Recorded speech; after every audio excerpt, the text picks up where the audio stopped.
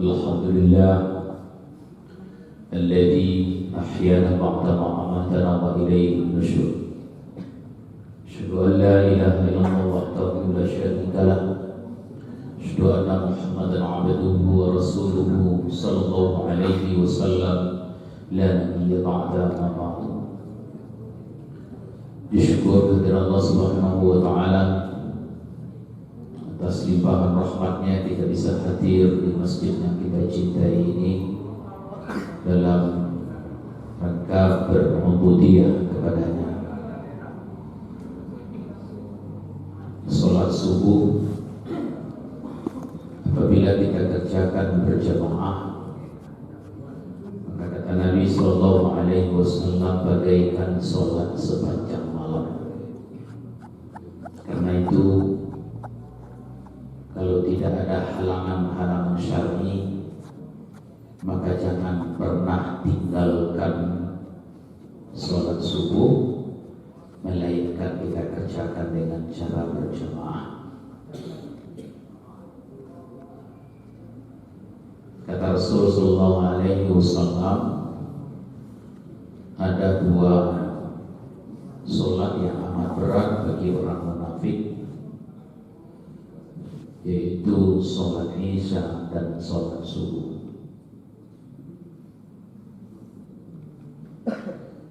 Salawat dan salam kepada Nabi Muhammad sallallahu alaihi wasallam. Allahumma shalli ala Muhammad wa ala ali Muhammad. Bapak Ibu, anak kami para santri jemaah subuh rahimakumullah.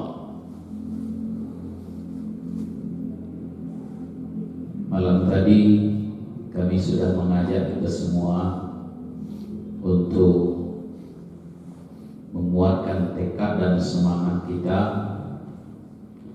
menjadikan Ramadan tahun ini lebih baik daripada Ramadan yang telah berlalu. Dan kita juga ingin bahwa puasa yang kita kerjakan tidak hanya sekedar menahan haus dan lapar, tetapi kita ingin puasa kita bernilai pahala yang besar di sisi Allah Subhanahu wa taala. Pertama, tentu kami mengingatkan kita kembali, bagi yang tidak punya halangan syar'i, jangan pernah tidak berpuasa atau berbuka secara sengaja saat berpuasa. Kata Nabi sallallahu alaihi wasallam dalam sabda yang diriwayatkan oleh Abu Daud, siapa yang berbuka pada satu hari di bulan Ramadan tanpa ada rukhsah, tanpa ada keringanan sama sekali, maka puasanya tidak akan dapat dibayar walaupun ia berpuasa sepanjang masa. Nah, jadi ini Bapak Ibu, anak-anak sekalian, kalau tidak ada halangan syar'i, jangan coba-coba kita tidak berpuasa atau berpuasa kemudian sengaja membatalkan puasa itu. Maka diganti sepanjang masa pun takkan bisa diganti, kata Rasul sallallahu alaihi wasallam. Kemudian tentu kita harus mengingat-ingat kembali aturan-aturan terkait dengan ibadah puasa itu sendiri. Barangkali sebagian besar kita masih ingat, masih hafal, bahkan menjelang masuk Ramadan pada kegiatan tarhib, nah, kita sudah mengulang-ulang kembali. Nah, jadi hal-hal yang terkait dengan ibadah itu harus betul-betul menjadi perhatian kita. Di antara Bapak Ibu sekalian, tentu cara kita berpuasa. Nah, dan ini sudah kita mulai hari ini. Puasa itu kita mulai dengan berniat berpuasa. Nah, niat ini Bapak Ibu sekalian, tidak usah bertengkar. Yang mau pakai lafaz niat silakan, yang tidak juga silakan. Nah, karena dulu puasa itu ujungnya ya, aku ada yang baca nawaitu sawma ghadin an adai fardu syahri ramadhana hazihis sanati fardu lillahi ta'ala. Silakan, apa-apa. Kalau ada tadi yang berniat sengaja aku puasa esok hari di bulan Ramadan fardu atasku karena Allah, silakan. Kalau ada tadi yang membacunya di bahasa Minang, di bahasa Jawa, di bahasa Batak, bahasa Inggris, bahasa apa saja, silakan, enggak apa-apa. Atau ada yang tidak melafazkan sama sekali, tidak membaca nawaitu sama ghadin, tidak membaca sengaja aku berpuasa, tapi dia niatkan di dalam hatinya untuk mulai berpuasa, maka sudah terpenuhi ketentuan itu. Ya. Kemudian Bapak Ibu sekalian, setelah berniat, kita mulai menahan. Ya, itulah yang hakikat dari puasa, mulai dari terbit fajar sampai terbenam matahari, sampai masuk waktu berbuka. Nah, kita sudah sama tahu, mulai puasa itu bukan bunyi sirine. Ya, bunyi sirine itu hanya apa-apa saja. Kapan mulai puasa? Kalau waktu subuh sudah masuk. Nah, di Padang Panjang ada yang memang masih merisaukan kami, karena waktu subuh antara satu masjid dengan masjid lainnya masih ada yang berbeda. Kita di Muhammadiyah dan di sejumlah masjid lainnya sudah digeser 8 menit daripada hitungan-hitungan sebelumnya. Tapi di sejumlah masjid dan mushola masih ada yang belum. Ya, mereka sudah azan 8 menit lebih cepat daripada kita azan. Nah, coba lihat, ada tuh Bapak Ibu sekalian, saya sudah sampaikan ke sejumlah pihak terkait, ya, bagaimana ini bisa ditertibkan. Sebab Bapak Yoyo kan, namanya orang di Zu'ama azan, patang Zu'ama yang masuk capek, di jihad belum azan, di takwa Muhammadiyah belum azan, di tauhid belum azan, tapi Zu'ama sudah azan.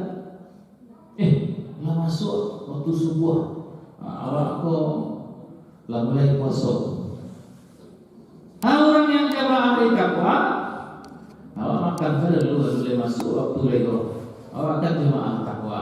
Si di Padang Panjang pun memang berbeda mulai puasanya. Nah, ini tentu Bapak Ibu sekalian harus diedukasi juga. Ya, saya sudah sampaikan di beberapa masjid. Bapak Ibu jemaah syukur rahimakumullah. Kemudian kajian tidak terstruktur karena ada sunnah yang tak boleh kita tinggalkan, Bapak Ibu sekalian, ketika hendak kita berpuasa. Apa itu yang tadi sudah kita lakukan dan bangun Facebook deh, status orang tuh santap sahur. Ya, status kesurang, alhamdulillah sahur pertama. Bapak Ibu sekalian yang masuk rahimakumullah, sahur itu bahagian dari sunnahnya puasa. Jangan sampai ada di antara orang yang berpuasa tapi tidak santap sahur. Ya. Tapi ada orang yang tak paham dengan sahur. Ada dia katakan, aku tak tahu sahur Pak. Tu mengasih awak sahur tu, yo ambo sahur, ambo minum kopi setengah, ambo pisang 2, roti 3, martabak Mesir je. Ambo tak sahur. Jadi makanya yang dia anggap mereka sahur itu makan nasi. Padahal sahur tidak mesti makan nasi. Ya, bagi yang biasa misalnya santap sahurnya dengan minum teh lalu makan roti 2, silakan. Bagi yang biasa santap sahurnya minum susu tambah pisang, silakan. Ada yang santap sahurnya cukup dengan kurma, silakan. Ada yang santap sahurnya kalau tak pakai nasi rasanya tak afdol, silakan. Yang penting sahur. Karena di dalam santap sahur itu ada berkah, kata Rasulullah SAW.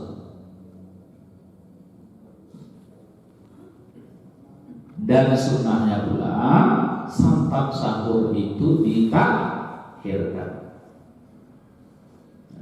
Jangan sampai ada yang santap sahur pulang tarawih malam tadi, tiba di rumah sudah santap sekalian, sudah makan.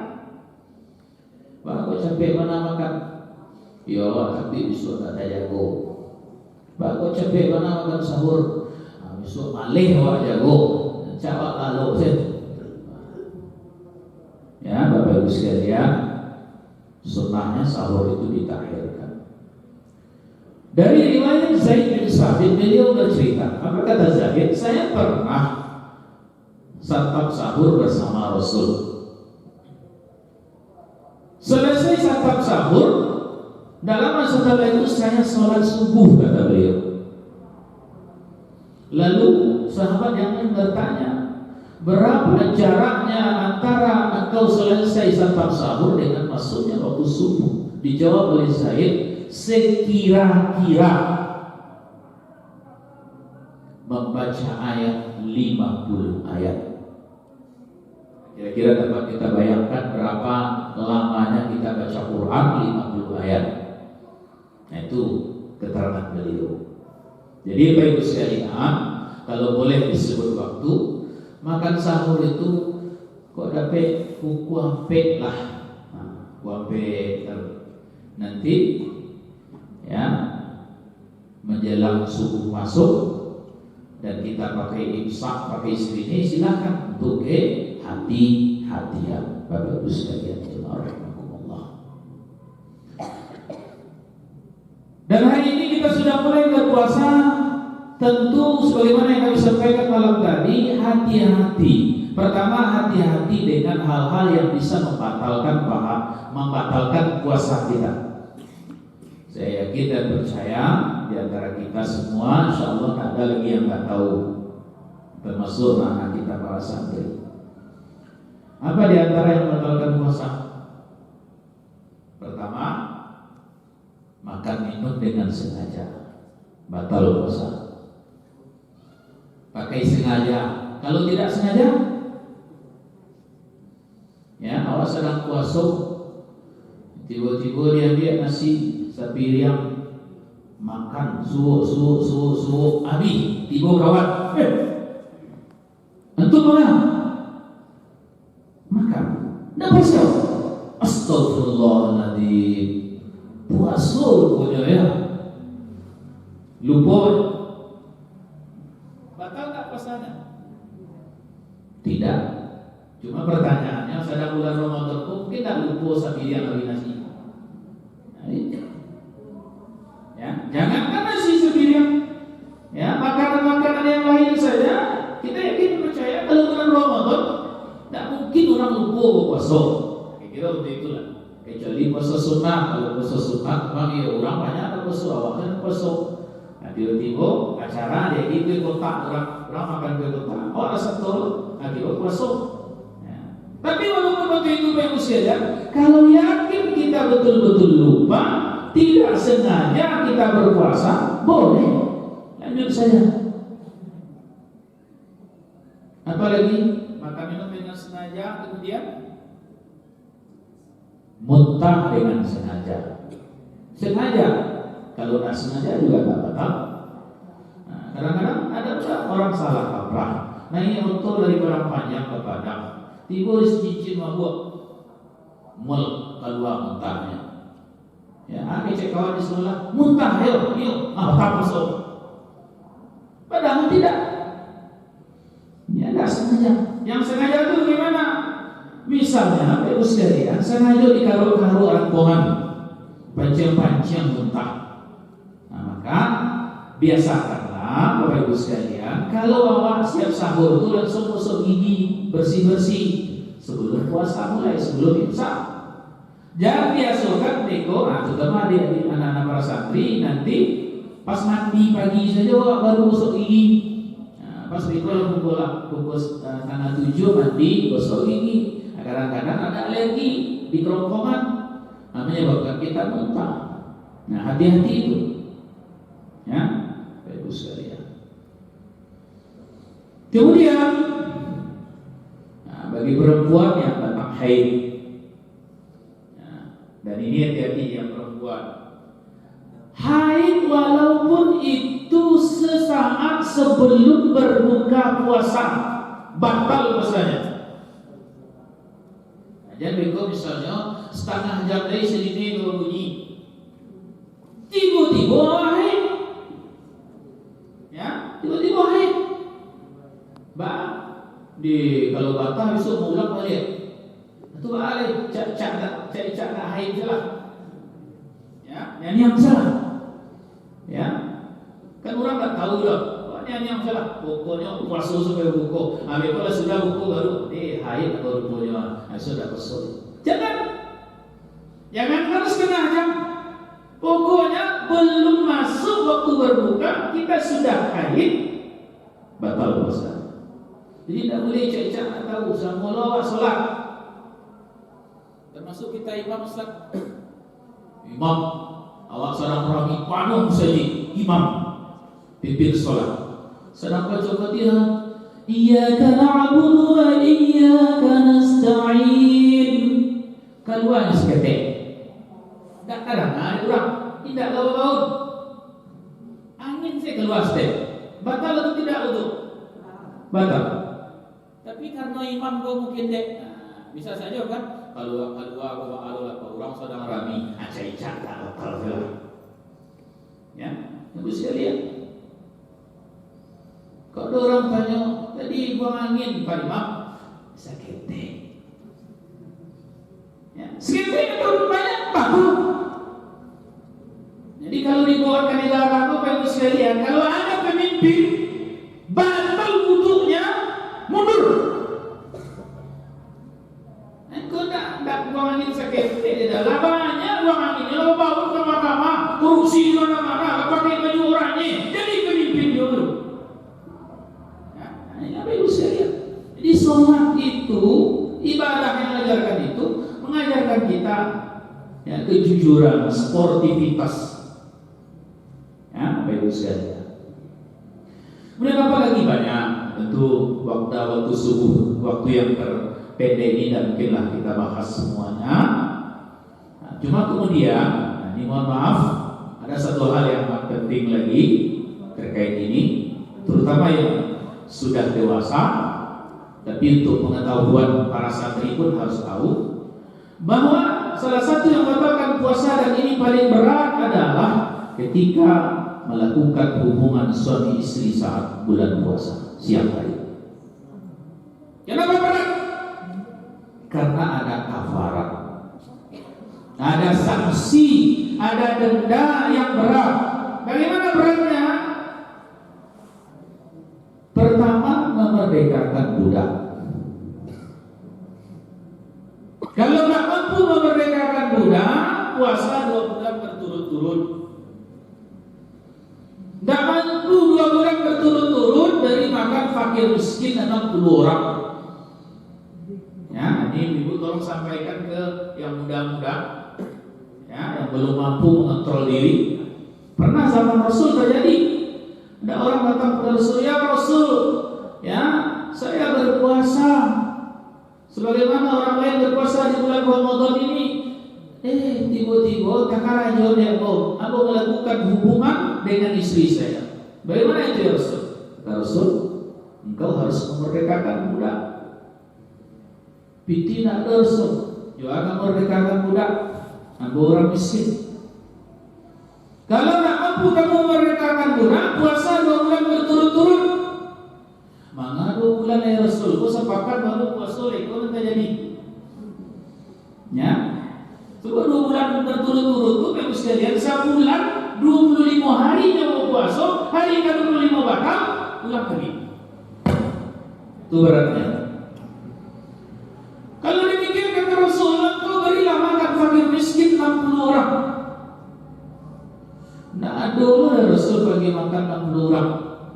Maka ketika itu bagus sekalian Rasulullah SAW ya agak menggeleng lah mungkin. Nah, segala indah, dia ada Rasul makanan. Nih ada makanan. Kau bagikanlah kepada fakir miskin yang ada di kampung. Aja bilang tadi, dan paling bahasa di kampung itu apa lah ya Rasul? Nah, coba bayangkan bagus sekalian. Mangga rinci macam dia. Lain mahda leceh itu betul keadaan. Ayo tolong pakai. Ya, ini bagus sekalian. Tolong. Ini fikih. Ini aturan. Ini syariat. Ya. Jadi jangan dianggap vulgar, tapi ini hal penting dan harus diketahui ya supaya nanti tidak terjadi hal-hal yang bisa merusak. Bapak Ibu jemaah rahimahumullah. Kemudian hati-hati juga anak-anak sekalian, terutama hal-hal yang tadi batal.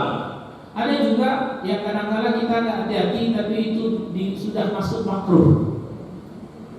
Tidak boleh. Apa misalnya?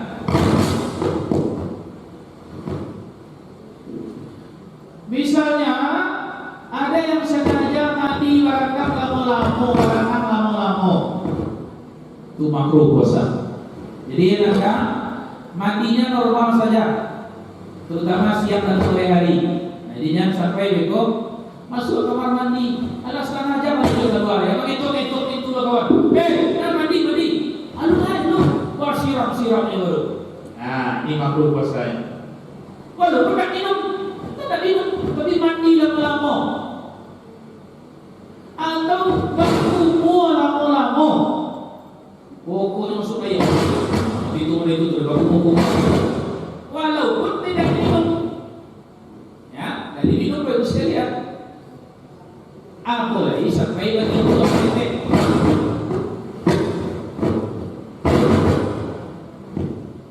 Apalagi sampai diminum. Nah, sedangkan berkumur lama-lama saja itu makruh puasa kita. Jadi hati-hati itu, Bapak Ibu sekalian. Ya, harus dijaga dengan baik. Bapak Ibu jemaah rahimakumullah, kemudian malam ini juga sudah diingatkan apa hal-hal yang harus kita jaga supaya kita terhindar dari kehilangan pahala puasa. Tidak hanya harus lapar, di antaranya diingatkan riba, kunci, fitnah, adu domba, kata-kata kotor, sumpah palsu. Ya, ini mesti hati-hati kita di dalam bulan puasa. Bapak Ibu jemaah rahimakumullah, agar puasa kita menjadi lebih sempurna, ada amalan-amalan lain yang bisa kita lakukan selama bulan Ramadan. Di antaranya malam tadi sudah kita mulai, kita qiyamul lail. Ya, dan kita sudah bertekad sampai akhir Ramadan kita akan selalu qiyamul lail, qiyamul Ramadan. Dan jadi catatan, tentu bukan hanya sholat tarawihnya.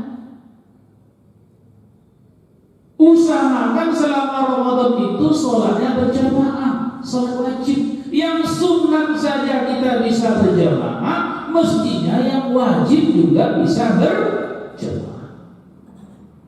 Nah, mohon maaf ibu sekalian, kalau saya kita bandingkan tarawih dengan subuh, kan lebih banyak tarawih malam tadi.